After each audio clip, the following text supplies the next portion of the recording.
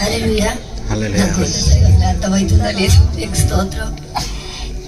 మరి దేవుడు గత సంవత్సరం నుంచి తన రెక్కల చాటున భద్రపరుచుకున్నందుకు దేవునికి వందనాలు. మరి ప్రభు మరి ప్రతి ఒక్క మరణ స్థితిలో నుంచి కూడా, ప్రతి ఒక్క ఆర్థిక స్థితిలో నుంచి కూడా మరి దేవుడు నిలబెట్టినందుకు దేవునికి వందనాలు. దేవుడు అనుక్షణము కాపాడుకుంటూ వస్తూ మరి సజీవ లెక్కలో ఉన్నామంటే కూడా కేవలం ఆయన కృప, ఆయన దయ. ఆయన దయ లేనిది ఈ ప్లేస్ లో నిలబడడం అసాధ్యము. ముఖ్యంగా చాలా సంతోషకరమైనది ఏంటంటే ఎవరు వచ్చి డిస్టర్బ్ చేస్తారో అని ఒక టెన్షన్ గా ఉండేది, కానీ ఇట్లా చేయడం చాలా సంతోషంగా అనిపిస్తుంది. ఈ ప్లేస్ లో ఇలా కూడుకోవడం నాకు ఇంకా చాలా సంతోషం అనిపిస్తుంది. దేవునికి స్తోత్రము. మరి మేమంతరం కూడుకొని ఆయన సన్నిధానంలో గడపడానికి మరి ఈ సంవత్సరం అంతా కూడా ఆయన ఆరాధనలో ఉండడానికి దేవుడు కృప దయచేసిండు.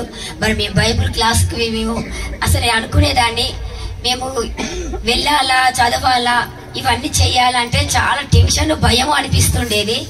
కానీ దేవుడు తోడుగా ఉంటే ఏ పనైనా సాధ్యం అనేసి నాకు నమ్మకం వచ్చింది.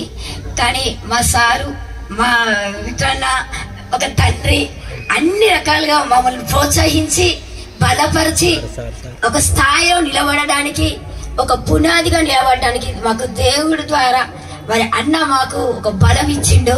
దేవునికి స్తోత్రము. ఇంకా నా కుటుంబం కూడా దేవుళ్ళో బలపరచబడాలని ఆశపడుతున్నాము. ఇంకా నా ఇద్దరు బిడ్డలు, పెద్ద పాప తేజస్విని, చిన్న పాప అక్షాల్, ఇంకా మేము కుటుంబంగా, ఇంకా నా భర్త రాలేదు, ఆయన వస్తాడని నేను ఆశపడుతున్నాను. కుటుంబంగా ఆయన సేవలో మేము సాగాలని నా ఆశ.